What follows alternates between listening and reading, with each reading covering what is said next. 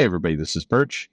We've seen some new comic announcements coming out of San Diego, and like we've seen for about the last 7, 8 years or so, we're seeing a lot of miniseries, and there's complaints about that. But in fairness, I do prefer the publisher coming out and saying, this is a miniseries up front, as opposed to, believing, letting people believe it's an ongoing when really, everybody knows that Red Goblin is not going to be a series that's going to go for dozens and dozens of issues.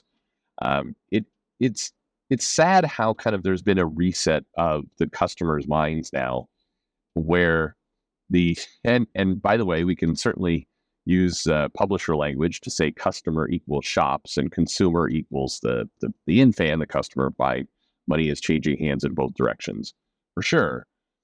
But there's been a whole kind of mental change now where the idea of a 200, 300 issue run, the idea of kind of these comics continuing is somewhat laughable. I mean, it once upon a time, you young listeners to the Perch channel, there used to be like these struggles, like, oh my God, how can we possibly figure out, all these miniseries and where they all land? It's like, it's a good thing they don't do this very often. I mean, there used to be a problem. There was a moment where they did Avengers versus X-Men and Fantastic Four versus X-Men as limited series, right, close to the same time, right about the same era. And in both cases, I remember there being just a lot of angst about like, oh, this is too many limited series. It's going to interfere with the main runs. Like, I don't even know exactly about, like, how am I going to organize this in my long box? It's like these were problems that people have today. God help you if you're, there's entire YouTube channels where people have made, and I would say a business, but it's a sad business around, comic order explained, how these comics fit together. And it's just, anyway, regardless of all that, I do appreciate that we're at least labeling miniseries as miniseries and not screwing it up. But old Ashley here writes, "Hey Perch, I was just looking for some DC miniseries from the last 5 or so years and realized that aside from the ones with the black label imprint, it's really hard to tell which of these are canon. There are some that are fairly decent miniseries that walk this weird line between canon and Elseworlds, where honestly, they could plausibly be either one. I love DC, but I have to ask the question of whether they've ruined the miniseries. It feels like sometimes the only way to know for sure if somebody dies in a miniseries, the only way to know for sure is if somebody dies in a miniseries, but even then, who the hell knows? Am I making too much out of this? Also, comics going to print within a month or so. Excellent. Glad to hear it. Arby's forever. No. Damn it. Was so proud of you. And then fell so far. Anyway, good luck on your comic, and, that it's good luck avoiding poisoning with Arby's. I think it's weird. So it is weird to me because you saw this with several of the Tom King series, and many of them were labeled black label, to be fair. But it's hard for me to kind of wrap my head around, you're doing this stuff with, say, Adam Strange, and you're making him basically a coward, a war criminal and everything, and he's killed, and it's not continuity, it's Elseworlds, but who's going to pick up that character and run with it now? I mean, the problem is several of these miniseries, even if it's declared they're not canon, get strange in terms of, like, how are we supposed to treat this? And, what are the echoes into the main line? The Human Target series that King did is another one where it's like, these characters, I think it actually bleeds into, the ability to have a kind of a cute, innocent story with Ice in the future. And you see a little bit of this with the Fire and Ice limited series that, in theory, was canon. And then you have the Human Target series, which was not canon. And, you got two radically different portrayals of Ice, the character. And it's just, and now in the mainline universe, like, where is she? Is she like, what do you even do with this character? And now, granted, this is not a A-list character by any stretch of the imagination, but still, like there's money in her. You can do things. You know, at some point when Disney vomits out some Frozen 3, you could like cash in on that chick. I'm kidding about that. Well, mostly. But I think that there, you know, with the Elseworlds comics, when they used to have them, or they still do it from time to time, it was really like Batman is a vampire. Okay, very clear. This is some other continuity, some other thing.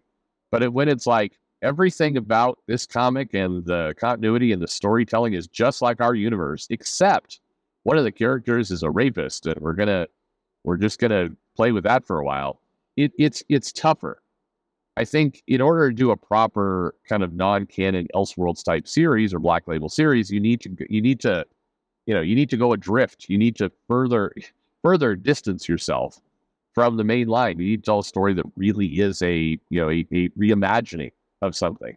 The DC versus vampires or the stuff, the deceased universes are clearly something else. You know, it's like it's mostly like our universe, but then we took a very hard left turn, and now it's very different. And I think that's helpful if you're just trying to kind of explain what the miniseries is and what it's doing. Otherwise, I think if you're taking a miniseries and you're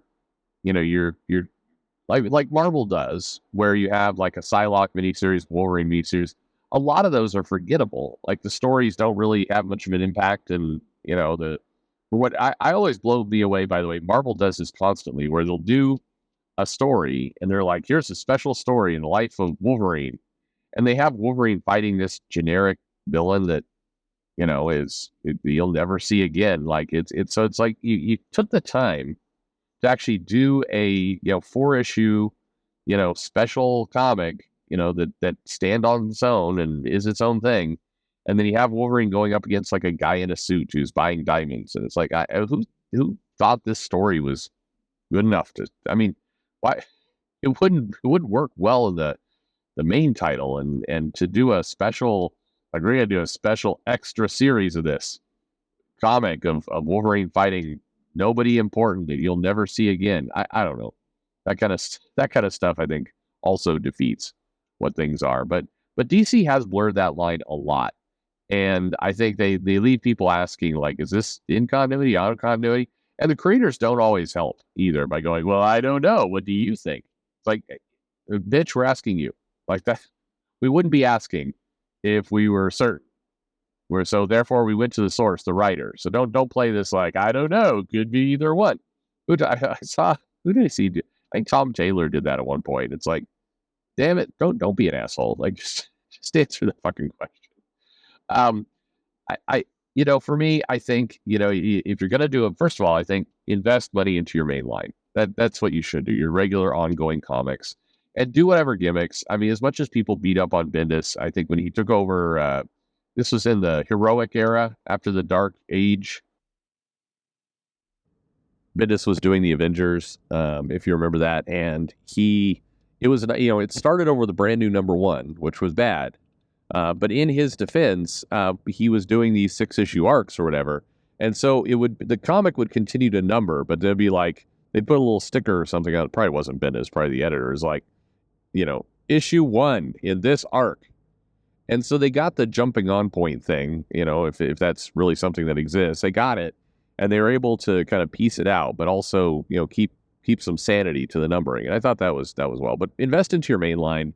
And then I think you have 2 types of miniseries you do, but don't overdo it. Like you should not have more miniseries than comics. As a general rule of thumb, and I'm just pulling this out of my ass, I think 1/6 of your line should be miniseries. And that's not counting like stealth ongoings, but they're really miniseries. But of those miniseries, I think you should very firmly label like, this is out of continuity. This is some other crazy fucking thing, somewhere else in the multiverse. This isn't the universe you read with the main comics. And then in the limited series that are part of the main universe, just make them count. Like if you're going to do a special one-off of a series, like make it matter. I was having a conversation with a Marvel editor, like, man, it's, we really want to do something with Storm, and we keep trying. We put her in the Avengers, and this was back before they put her in the Avengers, this new time with Jed McKay. But we put her in the Avengers, and then we've made her like Queen of Mars, and we've done all this stuff with Storm, and she just doesn't take as a character. Like, what was it going to take to get an ongoing series with Storm? And the answer is, well, first off, you may not be able to get an ongoing series with Storm. Like, it just may not work because some of these, she's a awesome part of a team, and that doesn't diminish her. It just means as part of the team, she's more. But if a good place to start is do a mini series, do a 12-issue series with Storm, but you got to have her doing important things. Like, you need to have Storm versus Doctor Doom, and that's what you need to do. But instead, they've done Storm series before, and it's always like it's a lesser known artist or an unknown artist, and Storm like goes off to the they always do these stories like Storm goes home to Africa and discovers that there's some slave trade going on there, and she has some memories of running around in the grass, and then she has to tell these people stop doing slaves and poaching, and because there's poaching going on as well, and the poaching is bad, and then the comic ends, and it's like, all right, we learned nothing. Like, this added nothing to her history. We introduced like an important new character in Storm's life. It's like a third cousin who's running a rebellion against the poachers, but not succeeding. So Storm shows up and uses wind to blow them away, and everybody's happy. And it's like no, she needs to do something. If you want to get these characters over, whether it's Storm, whether it's Blue Beetle, whether it's anyone, you got to have them do something that matters. And a limited series is a great way to say, all right, look at when Mark Miller did the Enemy of the State in Wolverine. Now, that was part of the main series. But when he did that, it was like, I think 6 issues, and there was another 6 issues after that for kind of a sequel-ish. But anyway, that series felt tight. It's like, Wolverine got screwed up. He's being controlled by the Hand. He's murdering people. Like, it was very, like, stuff was going on, and it was moving, and it felt like it elevated the character. Now, you don't need to elevate Wolverine, but, like, there are other recognizable faces of the Marvel Universe there. If you want to get Storm over, you cannot, for the 8,000th time, do we're going to take 4 issues, and I was thinking we'd do something different, like have her go back to Africa and reconnect with people there. It's like, no. If you're doing that, then great. She goes back to Africa to discover that Doom is there. I keep going with Dr. Doom because Ultron is there, and Ultron is like, gonna take over the entire world, starting with her little village in Africa, and he's making humans into robots or something, and like, diamond mine, power, fuel. I don't fucking know, but anyway, got to make it count. Anyway, thank you very much for the mail. What do you think? Miniseries? What do they count? Do you get confused as to what's real and what's not, and what's in canon, and do they play too fast and loose for you? Let me know in the comments below. Like and subscribe, of course, and thanks for listening.